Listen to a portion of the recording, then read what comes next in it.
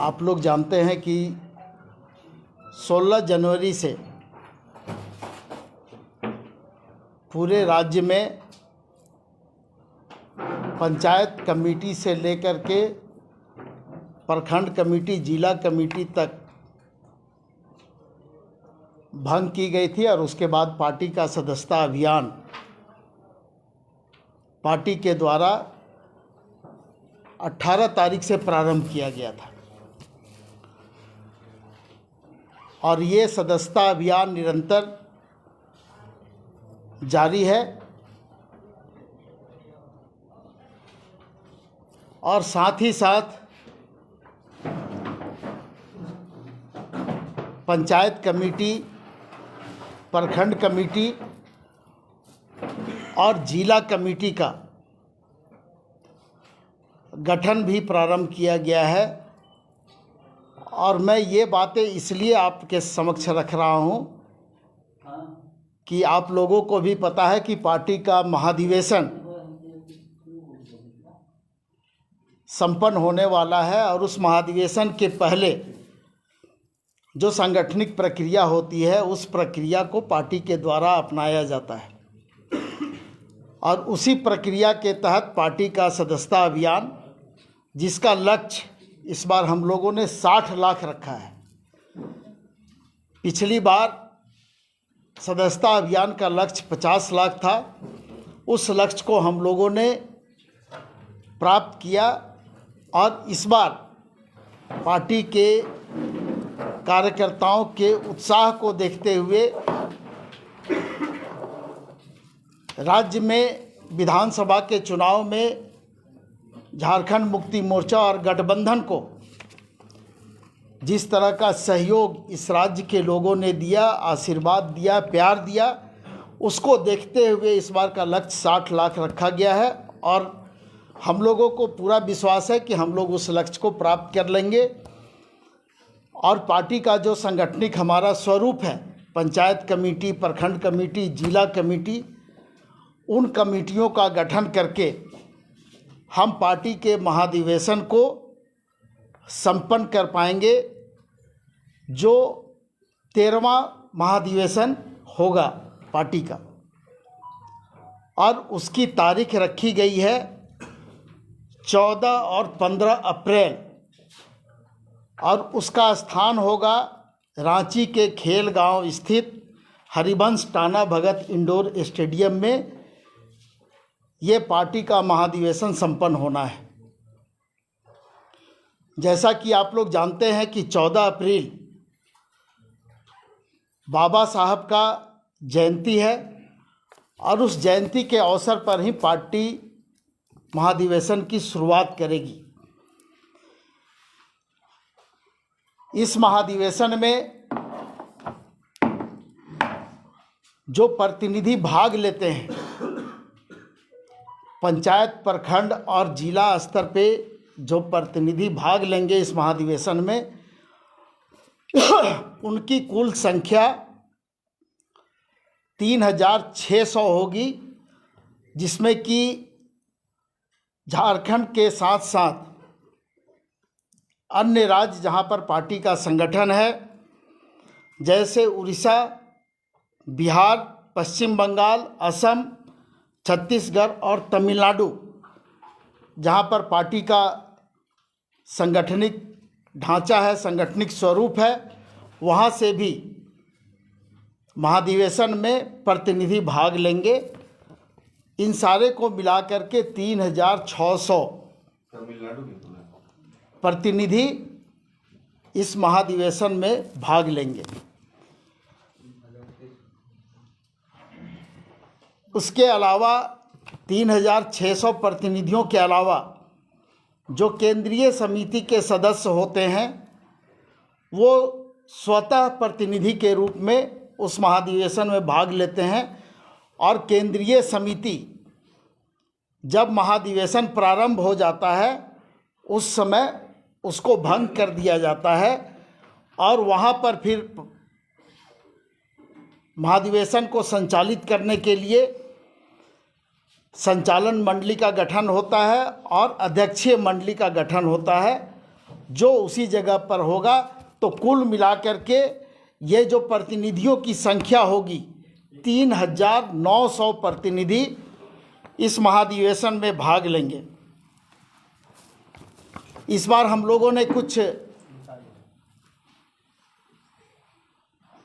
महाधिवेशन को संचालित करने के लिए और बेहतर ढंग से हम प्रतिनिधियों का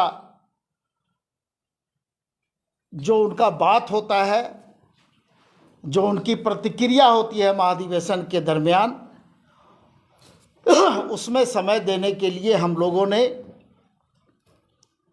अप्रैल माह के प्रथम सप्ताह में जो प्रतिनिधियों का जो रजिस्ट्रेशन होता है उसको हम लोगों ने रखा है कि महाधिवेशन से पूर्व में सभी प्रतिनिधियों का रजिस्ट्रेशन हो जाएगा, उनका जो शुल्क जमा किया जाता है वो जमा हो जाएगा, और उसके बाद में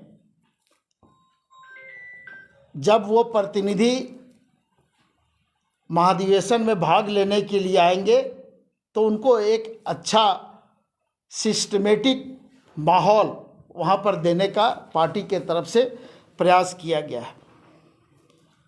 सांगठनिक कार्यों के जो निष्पादन अभी चल रहे हैं और जो सदस्यता अभियान अभी हम लोगों का जारी है, वो सदस्यता अभियान और सांगठनिक जो कार्यक्रम है पंचायत कमेटी, प्रखंड कमेटी, जिला कमेटी के और नगर महानगर कमेटी के गठन से संबंधित, उसके लिए 31 मार्च तक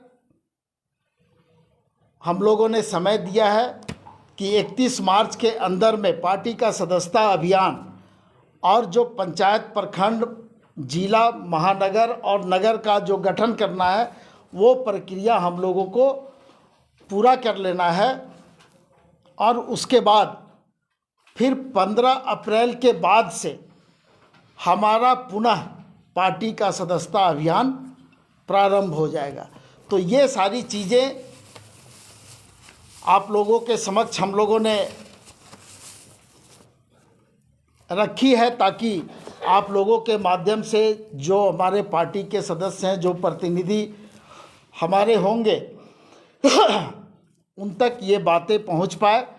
और आप लोगों के अंदर भी उत्सुकता थी, पार्टी महाधिवेशन को लेकर के अलग अलग सवाल हम लोगों से किए जाते थे, तो उसको भी हम लोगों ने दूर करने का प्रयास किया है। और अगर विस्तार से इस पर हम लोग कुछ बताना चाहेंगे तो वो महाधिवेशन से पहले आप लोगों को हम लोग बुला करके, और महाधिवेशन किस तरह से संपन्न होगा, कौन कौन सी उसमें कमेटियां बनती है, किस तरह से उसको संचालित हम लोग आगे कर पाएंगे, ये सारी चीज़ें आप लोगों के सामने हम लोग रख पाएंगे। बहुत बहुत धन्यवाद आप लोग का। अभी 6 लाख में कितना, मतलब ये 60 लाख 60 लाख में कितना, 60 लाख में देखिए अभी उसकी संख्या हम नहीं बता पाएंगे।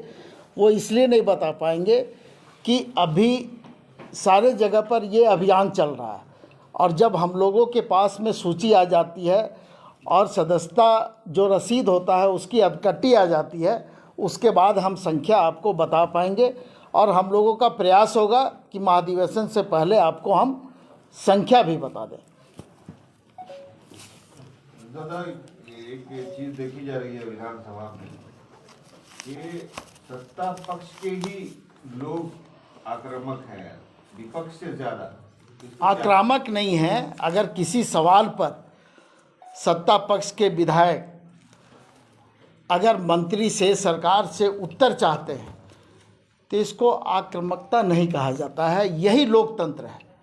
लोग अपनी बात को खुल करके विधानसभा के अंदर में रखते हैं और वहाँ पर सरकार उसका जवाब देती है। और जो सवाल आते हैं माननीय सदस्यों के द्वारा, उस सवाल का जवाब दे करके या उस जिस काम के लिए वो सवाल उठाए जाते हैं उसका निराकरण करने का प्रयास करती है। ये कहना कि नहीं होगा तो हम धरने पे बैठ जाएंगे, नहीं, अब ये तो अपनी अपनी बात रखने का तरीका है, और जिस तरीके से बातें रखी जा रही है यही लोकतंत्र की खूबसूरती है। सर, बात तो एक और है कि कुछ लोग, काफ़ी मंत्री सक्षम नहीं हो पा रहे, वो सारा संतुष्ट नहीं कर पा रहे अपने जवाब से, सदन में जो उठ रहा है सवाल, उसके अगेंस्ट में जो जवाब दे रहे हैं, तो जो भी सवाल पूछ रहे हैं उसको संतुष्ट नहीं हो पा रहे हैं, मंत्री नहीं कर पा रहे हैं। नहीं, ऐसा तो अभी तक हम लोगों के संज्ञान में बात नहीं आया है। हम भी लगातार विधानसभा के अंदर में कार्यवाही देखते रहते हैं और इस तरह की कोई बात नहीं आई है। अगर कोई मंत्री सदस्यों को संतुष्ट नहीं कर पा रहे हैं तो उसके बाद मुख्यमंत्री उनके तरफ से जवाब देते हैं और फिर सदस्य संतुष्ट होते हैं।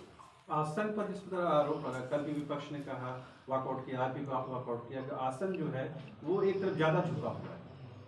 नहीं, आपको ऐसा लगता है मुझे क्या? नहीं लगता है। कई राज्यों की घटना अगर हम बताएंगे जी जी। तो आपको थोड़ा दिक्कत होगा, आपका सवाल का जवाब वहीं मिल जाएगा। लेकिन दूसरे राज्य की घटना का जिक्र हम लोग नहीं करते हैं। जो भी आसन पे बैठता है हमको लगता है कि वो निष्पक्ष ढंग से सभी सदस्यों की बातें वो सुनते हैं और उनके जो भी सवाल होते हैं उसका उत्तर दिलाने का वो प्रयास करते हैं। बहुत से तो ऐसे सदस्य हैं जो निर्दलीय हैं, उनको 1 मिनट का समय मिलना चाहिए, लेकिन उनको भी अध्यक्ष के द्वारा 10-10 मिनट का समय दिया जाता है। तो इससे ज़्यादा और क्या निष्पक्षता आप चाहते हैं? धन्यवाद। देवाशीष का